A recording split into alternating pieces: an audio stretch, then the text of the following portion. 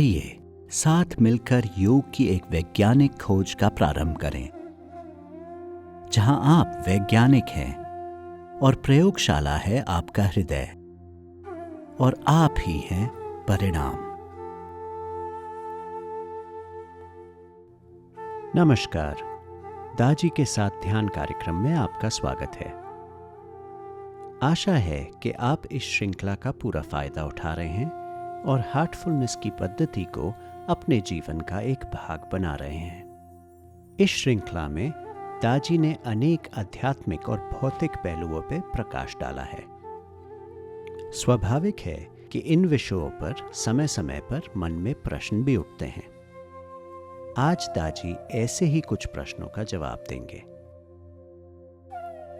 दाजी से प्रश्न है, दाजी, इस आधुनिक संसार में हम किसको ईश्वर मानें और किसकी आराधना करें?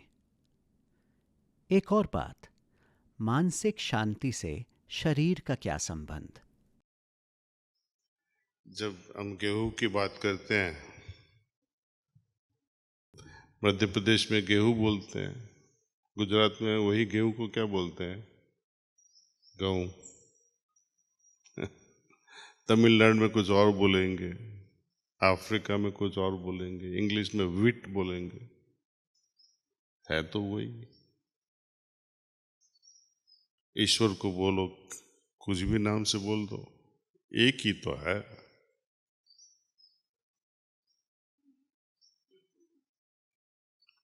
हमारे यहाँ समस्या कब से शुरू हो गई मैं बताता हूँ। वेदकालीन समय ऐसा था, एक भी मंदिर नहीं था। और जब हम सोचते हैं कि वेद काल इतना पहुंचा हुआ कि जहाँ सेजिस, सेंट, ऋषि मुनि, जो भी नॉलेज चाहिए वो सीधा उनके हृदय में उतर जाता था। ईश्वर से डायरेक्ट कांटेक्ट था। उनकी महसूसी, उनकी अनुभूति ऐसी थी कि बाहर देखने की जरूरत नहीं थी उनको, अंदर से ही महसूस, हाँ ईश्वर है।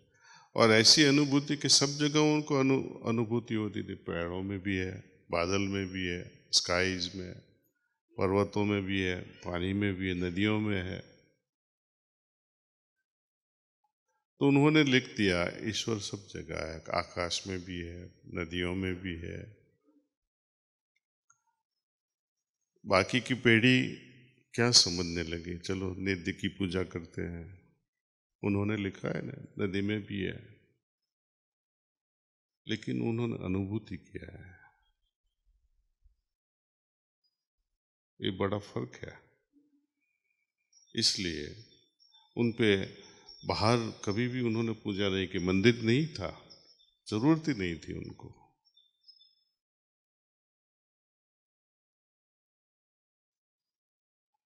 जब हम कहते हैं श्री कृष्ण ईश्वर है, श्री रामचंद्र जी ऑफ अयोध्या ईश्वर है, हनुमान जी या शंकर या दुर्गा माँ,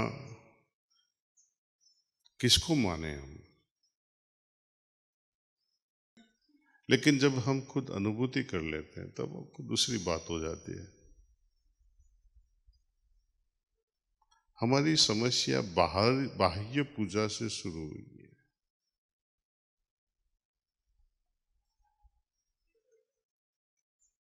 कहते हैं दर्शन करना है।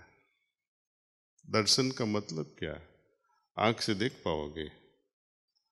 जब दिखाने की भी कोशिश की तो बेचारा अर्जुन डर गया। बंद करो ये रूप, वापिस जो स्वरूप पाया वो इसमें आ जाओ आप, जो फैमिलियर स्वरूप है। असल रूप दिखाया फिर भी वो देख नहीं पाए, भयभीत हो गया ऐसे। श्री कृष्ण तो अपने ओरिजिनल फॉर्म में ही थे। शरीर सबको मिले, कौन पहचाने वही शरीर में। आज हम वही शरीर की डुप्लीकेट फोटो बनाए हम, या वही फोटो ऐसे बनाए, फिर भी हम उनको पहचान नहीं पाओगे। जो असल स्वरूप से नहीं पहचान पाया वो नकल से क्या पाएगा?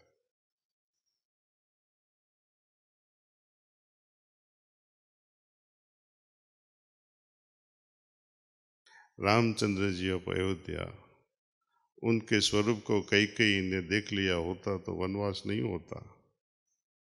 उनकी माँ भी उनको पहचान नहीं पाई, और हम मंदिरों में उनकी पहचान करने जा रहे हैं, वो कभी भी नहीं हो सकता है, कभी भी नहीं हो सकेगा।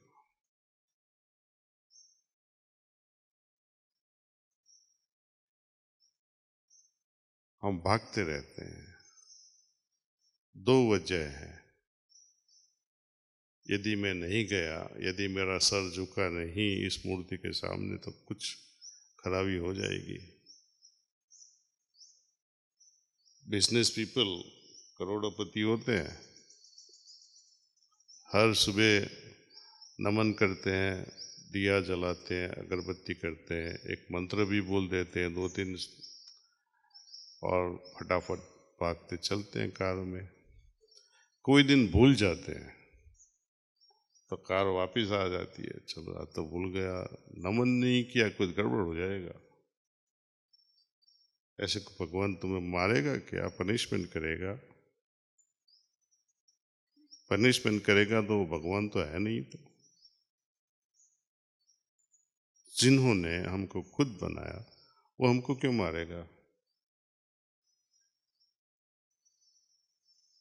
और दूसरा टेम्पटेशन, अच्छा हो जाए, स्वर्ग जाएगा, मैं ऐसा करेगा तो, नहीं करेगा तो नरक में जाएगा। यही दो कारण है सब धर्मों के पीछे, इस्लाम हो या क्रिश्चियनिटी हो या जुडाइज्म हो। ब्रह्मचर्य करेंगे यहाँ, क्यों? अच्छी छोड़ियाँ मिलेगी, है वो जंग, वर्जिन इन हेवन। यहाँ देखना भी नहीं है, देखना भी पाप है के, लेकिन आशा है वहाँ मिलेगी वो। दुर्बुद्धि है। तो ईश्वर कौन है? ईश्वर वो है जो हमें जीवन देता है, जीवन दाता। एक डेफिनेशन ये भी हो सकती है, जो मुझे जीवन देता है वो मेरे बाहर तो नहीं है। बहनों को पता है, जब बच्चा फर्स्ट टाइम जन्म लेता है तो क्या करता है? वो रोता है। बच्चा नहीं रोए तो डॉक्टर उसकी बॉडी को पांव पकड़ के उल्टा करते हैं, so that lungs becomes functional, heart stimulates। ये करने के बाद भी बच्चा नहीं रोए तो माँ रोएगी, घर परिवार वाले रोएंगे, क्योंकि जो लाइफ फोर्स है, जीवन देने वाला है, वो अभी तक शरीर में नहीं आया है। वो हमारे संग है अभी, वो तब तक रहेगा जब तक हमारी आखिरी श्वास है। जब तक रहेगा तब तक आखिरी सांस है, वो भी कह सकते हैं। जो अंतर्यामी है, इसलिए तो नाम ऐसा दिया, अंतर्यामी, जो मुझे जीवन देता है। वो द्वारका में नहीं है, न कैलाश में है, न मक्का में है, वो मेरे अंदर है। तो उनकी अनुभूति अंदर ही हो सकती है। ये बहुत लॉजिकल स्टेप है। बाहर ढूंढोगे, it's like raining 1 mm in a hot summer. ठंडा महसूस करोगे थोड़ी देर, लेकिन भीग नहीं पाओगे।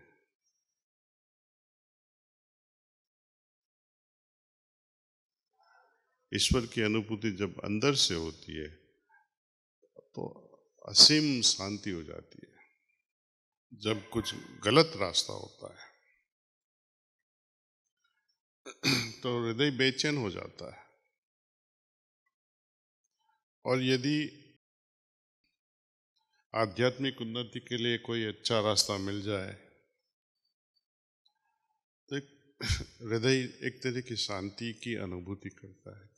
वही सिग्नल है अंदर से कि रास्ता ठीक है। हम कितनी बार मंदिर गए? बहुत बार। जाते हैं, अंदर जाते हैं, अच्छा लगता है, मान्यता है, ईश्वर से मिल लिया, थोड़ी देर में बाहर आते ही खत्म हो जाता है। बहुत कम समय के लिए संतोष होता है। संतोष इसलिए कि मैंने मेरा फर्ज निभा लिया, बहुत हो गया। लेकिन जो असली संबंध जो होना है वो नहीं हो पाता है। लॉन्ग लास्टिंग रिलेशन, एकमयता जिसको कहते हैं योग में, सालोक्यता हो गया, नजदीकी भी हो गई, लेकिन संयुज्यता, सम्यकता वो नहीं आ पाएगी। Osmosis with God, osmosis with divine vibrations. तो मैं ईश्वर फॉर्म से नहीं पहचान पाएंगे हम। आकार है, आकार से शुरुआत करते हैं, बच्चे होते हैं उनको सिखाते हैं आकार है, आकार फॉर्म।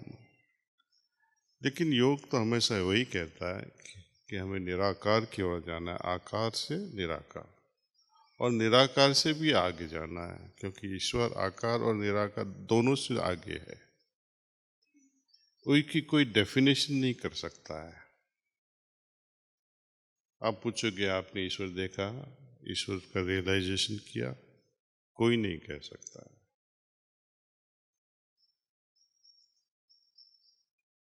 क्योंकि उनको समझने के लिए आपको बड़ा होना पड़ेगा ईश्वर से,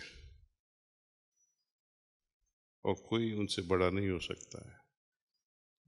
और मैं डिंग मारता रहूं, हाँ मैंने ईश्वर देखा है, वो ऐसा है, उनकी क्वालिटी ऐसी है, कुछ कुछ कह सकते हैं कि हाँ वो प्रेम है, वो हिंसा भी कर सकता है, प्रेम भी कर सकता है, जो जब जरूर जैसे पड़ गई वो वैसा बन जाता है। तो एक तरह से मानना, और यही है, इसलिए अपने उपनिषद में यही कहा है ना, सब पूरा उपनिषद पॉजिटिव है, सकारात्मक है, पूरा जितने भी डिस्क्रिप्शन दिए है सब सकारात्मक है। लेकिन एंड में नकारात्मक हो गया उपनिषद, वेद नकारात्मक हो गए। कैसे? नेति नेति नेति, ईश्वर का डिस्क्रिप्शन नेति नेति नेति, not this not this not this. दुनिया में एक भी ऐसी चीज नहीं है जिसके साथ हम कह सकें कि ईश्वर ऐसा है।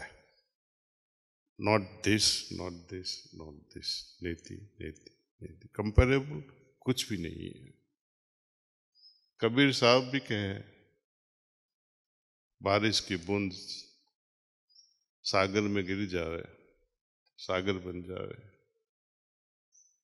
तो बूंद जब चली गई, कोई कहने वाला तो रहा ही नहीं।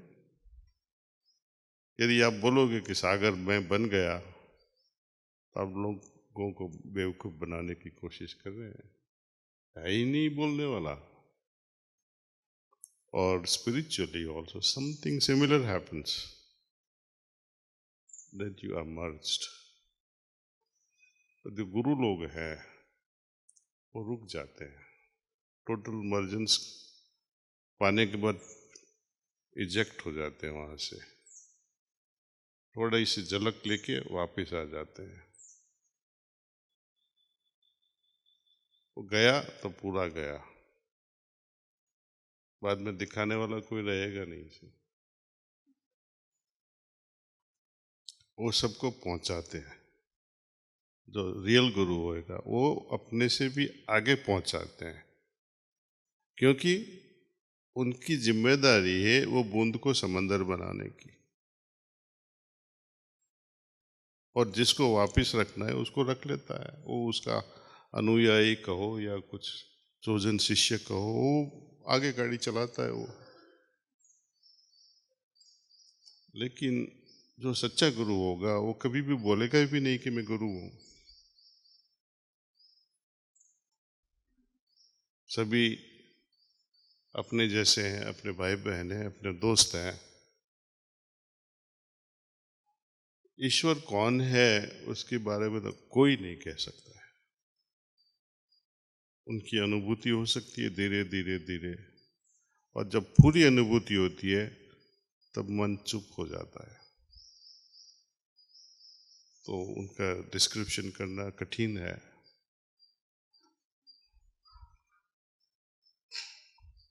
एक संस्कृत में श्लोक था, जब हम स्कूल में रिसाइट करते थे प्रार्थना के साथ, या कुंदेंदु तुषार हार धवल, आपको पता होगा ना। सरस्वती भी खुद अपने हाथों से लिखे, पृथ्वी जैसा एक कागज हो, सागर जैसी साई हो, और खुद ये सब लिखने बैठ जाए तो अभी उनकी महिमा का कोई पार नहीं है। तो आप पहचानोगे कैसे ईश्वर कौन है? तो difficult, very difficult to explain. आइए अब हम सब हर हफ्ते की तरह दाजी के साथ ध्यान करते हैं।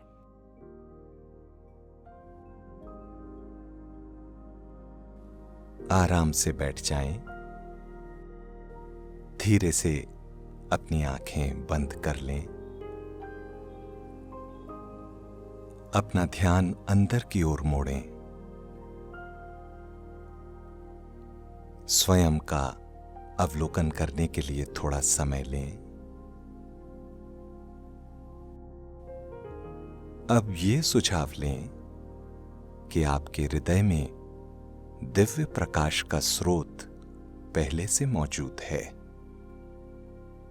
और ये आपको भीतर से आकर्षित कर रहा है।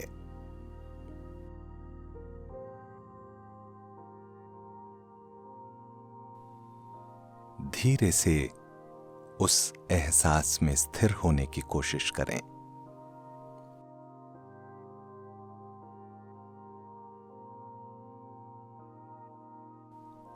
यदि आपको लगे कि आप अन्य विचारों में बह रहे हैं तो उनसे जूझें नहीं और नहीं उन पर ध्यान दें, बस उन्हें रहने दें। खुद को फिर से ये याद दिलाएं कि आप अपने हृदय में दिव्य प्रकाश के स्रोत पर ध्यान कर रहे हैं। स्वयं को ज्यादा से ज्यादा अपने अंतस्थ में लीन होने दें।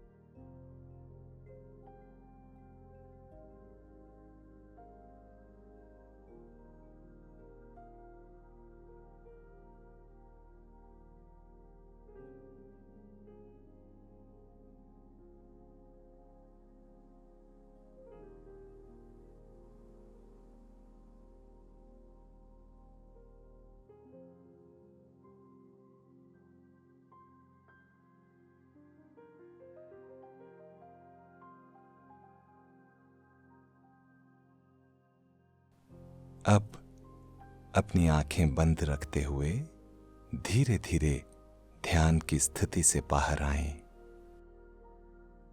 हम अपने ऑब्जर्वेशन लिख लेते हैं।